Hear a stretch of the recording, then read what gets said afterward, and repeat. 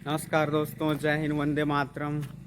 और आप सभी को 15 अगस्त स्वतंत्रता दिवस की हार्दिक शुभकामनाएं दोस्तों। आज हमारे भारत देश, पूरा भारत देश, हमारा देश आज़ादी का महोत्सव मना रहा है दोस्तों। सभी निजी संस्थानों में और सरकारी संस्थानों में दोस्तों आज ध्वजारोहण का उत्सव मनाया जा रहा है। और अभी समय हुआ है 8:25। और दिल्ली में, जो हमारे भारत देश का राजधानी है दिल्ली, उसमें लाल किला में ध्वजारोहण हो चुका होगा दोस्तों, क्योंकि उसमें फाइनली नियमित समय होता है 8 बजे ध्वजारोहण का। जो हमारे पीएम हैं वो उनके द्वारा ध्वजारोहण किया जाता है दोस्तों। तो मुझे लगता है दिल्ली में ध्वजारोहण हो गया है, लेकिन बाकी जगहों पर थोड़ा अंतर रहता है दोस्तों। कहीं पर 8 बजे, कहीं पर 7 बजे, कहीं पर 9 बजे, कहीं पर 10 बजे ध्वजारोहण होता है हमारे भारत देश में। लेकिन ध्वजारोहण करते ही हैं दोस्तों। ऐसा है 15 अगस्त का महापर्व दोस्तों। और ग्रामीण क्षेत्र, देहात क्षेत्र में समय का कोई महत्व नहीं समझते दोस्तों, इसीलिए जो ध्वजारोहण है उसको ध्वजारोहण मतलब झंडा फहराने में समय भी लग जाता है। वो अपने हिसाब से ध्वजारोहण करते हैं दोस्तों। तो ऐसा है, जहाँ पर जितना शिक्षित एरिया रहता है वहाँ पर ध्वजा तिरंगा झंडे को उतना ही सम्मान दिया जाता है दोस्तों। और जिस क्षेत्र में कम शिक्षित लोग होते हैं वहाँ तिरंगे झंडे को इतना सम्मान नहीं दे पाते, और तिरंगा झंडा क्या है और किस लिए फहराया जाता है उन्हें पता भी नहीं होता दोस्तों। तो हमारा भारत देश कुछ इस प्रकार से है, मतलब अर्ध शिक्षित समझ सकते हैं। 50% एजुकेशन और 50% नॉन एजुकेशन, इस प्रकार से हमारा भारत देश का जो शासन है वो चलता है दोस्तों। और तो बने रहिए ब्लॉग में, आज का वीडियो कुछ खास होगा दोस्तों।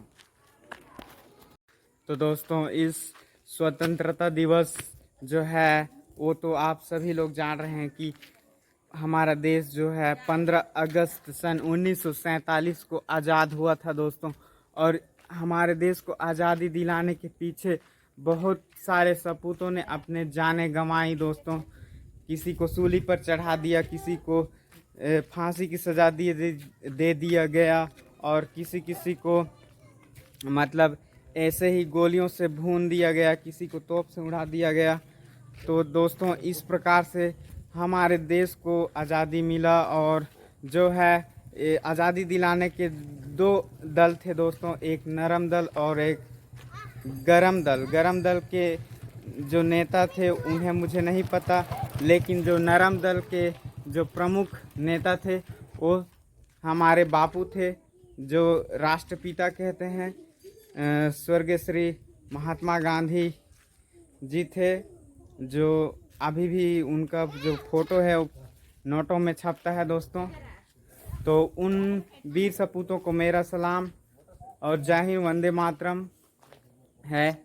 और जो नरम दल के नेता महात्मा गांधी जी और उनके साथियों मुझे नहीं पता, लेकिन जो गरम दल के नेता जो ग्रुप थे उनमें भगत सिंह, बिस्मिल, राम प्रसाद और क्या बोलते हैं, भगत सिंह और बहुत सारे सपूत थे, चंद्रशेखर आज़ाद जैसे। भगत सिंह जी को फांसी पर लटका दिया गया और चंद्रशेखर जी ने अपने आप को गोली मार लिया दोस्तों। इस प्रकार से हमारे देश को आज़ादी मिली थी। और उसी दिन से हमारे देश में तिरंगा झंडे को आज़ादी के पर्व के अवसर पर, खुशी के अवसर पर जो है राष्ट्रीय पर्व के रूप में मनाया जाता है दोस्तों। तो इस प्रकार से हमारा देश जो है आज़ाद हुआ था। और इस आज़ादी में सिर्फ पुरुषों ने ही अपना हाथ नहीं बढ़ाया था दोस्तों, इसमें महिलाओं ने भी हाथ बढ़ाया था, जैसे लक्ष्मीबाई, अवंतिका बाई और ढेर सारी ऐसे थीं जिन्होंने स्वतंत्रता सेनानी में भाग लिया था दोस्तों। झांसी की रानी बाई, उसकी जो कविता है उसको तो छोटे छोटे बच्चे भी जानते हैं। और बहुत सारी ऐसे वीरांगनाएं थीं जो हमारे भारत देश में पैदा हुई दोस्तों, और भारत देश को आज़ाद कराने में उनकी अहम भूमिका थी दोस्तों। तो दोस्तों इस प्रकार से हमारा देश आज़ाद हुआ था और आनंदमय हमारे भारत के निवासी खुशी से झूम उठे थे उस दिन। और उन वीरांगनाओं को भी मेरा नमन और सत सत प्रणाम जिन्होंने इस भारत भूमि की रक्षा की, आन बान की शान को इसकी रक्षा की दोस्तों।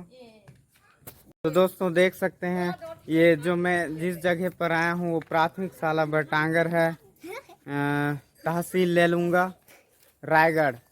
अभी बच्चे लोग झंडा प्रभात फेरी के लिए आ चुके हैं और लगता है मुझे प्रभात फेरी नहीं होगा, लेकिन बहुत छोटे छोटे बच्चे हैं, ऐसे 8-9 साल के,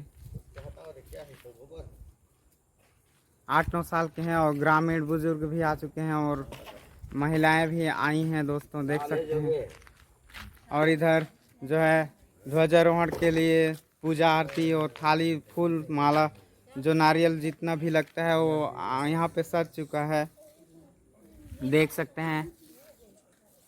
देख सकते हैं आप सामने झंडे, जो तिरंगा झंडा फहराने का झंडा का जो हाइट है वो लगभग है 12 से 13 फीट तक होगा दोस्तों, 12 से 13 फीट तक होगा। और जो झंडा है वो लगभग 10 फीट के ऊपर में लटका हुआ है और ऐसा है। और हमारे ग्रामीण बुजुर्ग के द्वारा जो निर्मल सिदार जी हैं यहाँ ग्राम प्रमुख, उनके द्वारा ध्वजारोहण किया जाएगा। महात्मा गांधी की। तो सर्वप्रथम मैं श्री निर्मल सिदार जी को मैं पूजा अर्चना के लिए, ध्वजारोहण के लिए आमंत्रित करता हूँ। कृपया वो आप सामने देख सकते हैं श्री निर्मल सिदार जी द्वारा ध्वजा का पूजन किया जा रहा है और भारत माता की झंडा गिर गया है जो उसमें फूल। तो जय हिंद, वंदे मातरम, भारत देश को मेरा सलाम। शुरू कर। जनगण को बोलो, जन गण मन अधिनायक जय। स्वतंत्रता दिवस। तो दोस्तों आप देख सकते हैं जनगण मन का गान हो चुका है और इस भारत देश में ध्वजारोहण के बाद या तो म्यूजिक एंथम बजाया जाता है या सॉन्ग के रूप में जनगण मन गाया जाता है दोस्तों, जो हमारा राष्ट्रीय गान है, राष्ट्रगान है, जिसे श्री रविंद्रनाथ टैगोर जी ने लिखा था, उसी से मतलब लिया गया है जो ये जनगण मन है वो। तो देख सकते हैं ध्वजारोहण हो चुका है 8:39 पर और गांव के जो महिलाएं हैं कुछ वो आए हैं दोस्तों और ध्वजारोहण पे शामिल हुए हैं। और निर्मल सिदार जी द्वारा दीप प्रज्वलित किया जा रहा है। कैसा भी पूजा हो दोस्तों, पूजा होता है, तो देख सकते हैं ऐसा दीप प्रज्वलित हो चुका है और ध्वजारोहण नारियल फूटेगा दोस्तों अभी। और उसके बाद बच्चों को मिठाई प्रसाद वितरण कर दिया जाएगा, मिठाई वितरण कर दिया जाएगा। उसके बाद बच्चों लोग को यहाँ से विदा दे दिया जाएगा, छुट्टी, घर के लिए प्रस्थान। तो दोस्तों आप सामने देख सकते हैं छोटे छोटे बच्चे जो हैं, छोटा सा गांव है, प्रभात फेरी के लिए निकल पड़े हैं और प्रभात फेरी के लिए जा रहे हैं, देख सकते हैं धीरे धीरे आगे बढ़ते हुए प्रभात फेरी कर रहे हैं।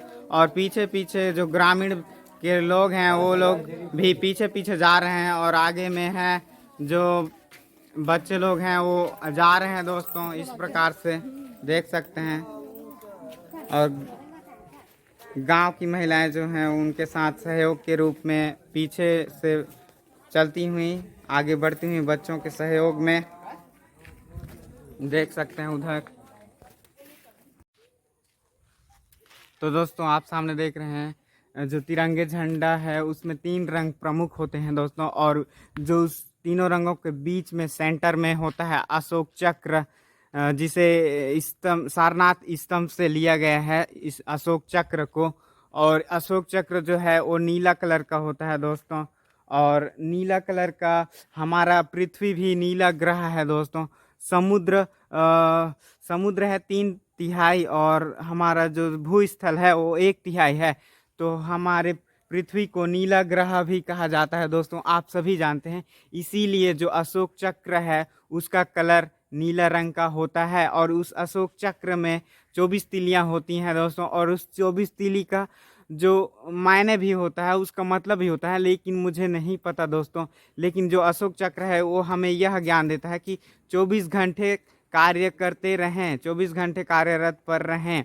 मतलब हमारे भारत देश में जो है अभी सवेरा है तो दूसरे देश में अंधेरा है दोस्तों। और हमारे भारत देश में मतलब अंधेरा होगा तो दूसरे देश में उजाला होगा। तो हमारे पृथ्वी पर लगातार कंटिन्यू 24 घंटे कार्य पर व्यक्ति जो है वो काम करता रहता है दोस्तों। तो अशोक चक्र यही दर्शाता है, कार्य के प्रति समय को बताता है दोस्तों, जो अशोक चक्र है वह। और तिरंगे झंडे में सबसे ऊपर की ओर जो है तिरंगा झंडा जो है वो केसरिया रंग का होता है दोस्तों। और केसरिया रंग जो है वह प्रगति उन्नति को दर्शाता है दोस्तों। मतलब हाँ, नहीं सॉरी दोस्तों, जो ऊपर में है केसरिया रंग वह बलिदान का प्रतीक है। और जो सफ़ेद रंग है दोस्तों वह हमारे देश को शांति प्रदान करता है दोस्तों। जो सफ़ेद रंग है वो शांति का प्रतीक है दोस्तों। और सबसे नीचे जो हरा रंग का होता है वह है हमारे देश की उन्नति प्रगति का प्रतीक है दोस्तों। इसी प्रकार है हमारे तिरंगे झंडे का मतलब महत्व। और इस 15 अगस्त को मतलब जो हमारा देश आज़ाद हुआ था 15 अगस्त सन 1947 को, इसके विषय में सभी विद्यालयों में लगभग प्राइमरी से लेकर middle school, high school, higher secondary school, सभी स्कूलों में टीचरों को 15 अगस्त सन 1947 के बारे में बच्चों को जागरूक करना चाहिए और बच्चों को जानकारी देना चाहिए दोस्तों। तभी तो उनको पता होगा कि हमारा देश जो है कितने दिक्कतों के बाद आज़ाद हुआ और आज हम स्वतंत्र रूप से सभी कार्य को कर पा रहे हैं। इस प्रकार से उन्हें जो 15 अगस्त के बारे में बताना चाहिए और उन्हें ज्ञान देना चाहिए। और किस लिए मतलब स्वतंत्रता दिवस का क्या महत्व होता है इसके बारे में विशेष जानकारी देना चाहिए और उनके बारे में मतलब चर्चा करना चाहिए बच्चों से।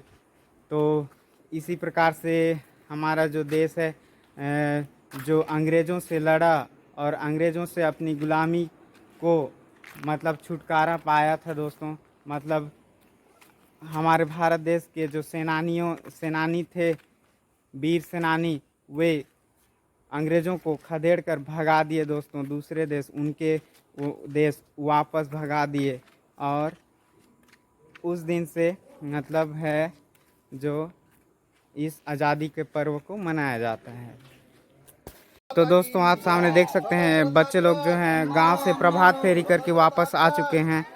प्रभात फेरी करने के बाद आने के बाद जो है ये अपने अपने स्कूल में जाएंगे और वहाँ पर बैठेंगे और उसके बाद जो है मिठाई लाए रहते हैं उसको प्रसाद वितरण किया जाएगा, बच्चों को प्रसाद दिया जाएगा। उसके बाद घर के लिए इनको प्रस्थान कर दिया जाएगा दोस्तों, देख सकते हैं ऐसे इस प्रकार।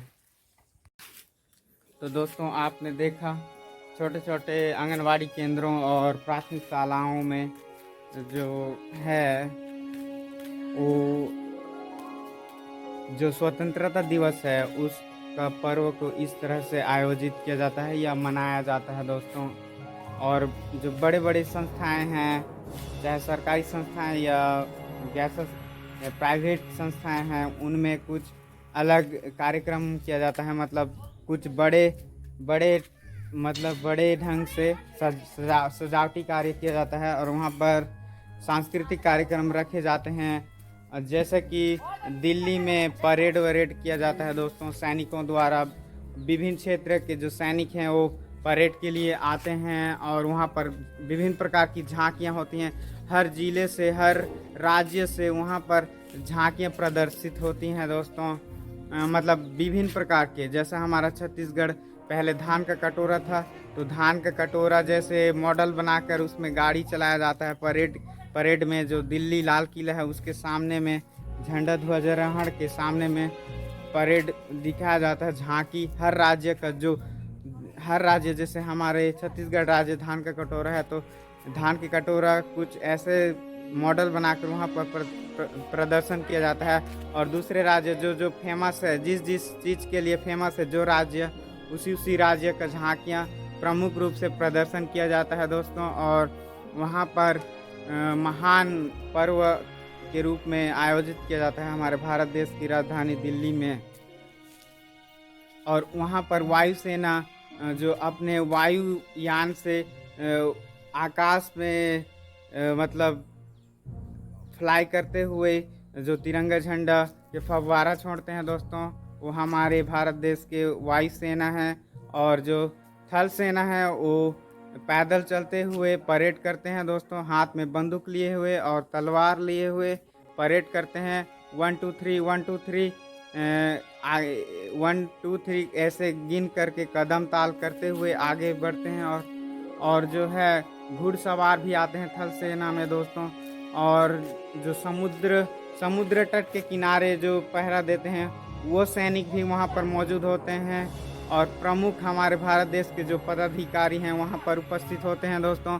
और सभी एक साथ तिरंगे झंडे को सलामी देकर नमन करते हैं दोस्तों। और उन वीर जवानों को याद करते हैं जिन्होंने हमारे भारत देश को आज़ाद दिलाया था।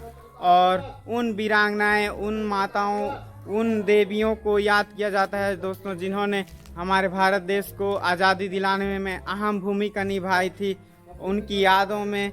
और ध्वजारोहण के बाद जो है राष्ट्रगान गाया जाता है दोस्तों। और ध्वजारोहण को नमन करके, मतलब ध्वजारोहण करने के बाद सभी अपने अपने जगह पर बैठकर जो कार्यक्रम है उसका आनंद लेते हैं दोस्तों। और इसी प्रकार से हमारे भारत देश में जो है राष्ट्रीय पर्व मनाया जाता है, तिरंगे झंडे को फहराया जाता है। तो दोस्तों ब्लॉग को यहीं पर मैं विराम देना चाहूँगा। और कहीं पर तो इतना आसपास तो मतलब कार्यक्रम नहीं हो रहा है दोस्तों, देखने जाना था मेरे को कार्यक्रम, लेकिन शायद नहीं जा पाऊँगा, घर तरफ भी थोड़ा काम है, इसीलिए तो ब्लॉग को यहीं पर विराम देता हूं दोस्तों। तो बने रहिए ब्लॉग में, तब तक के लिए जय हिंद, वंदे मातरम। और वीडियो को लाइक कर दीजिएगा और मेरे चैनल में आप नए हैं तो सब्सक्राइब कर दीजिएगा दोस्तों। तो जय हिंद, वंदे मातरम।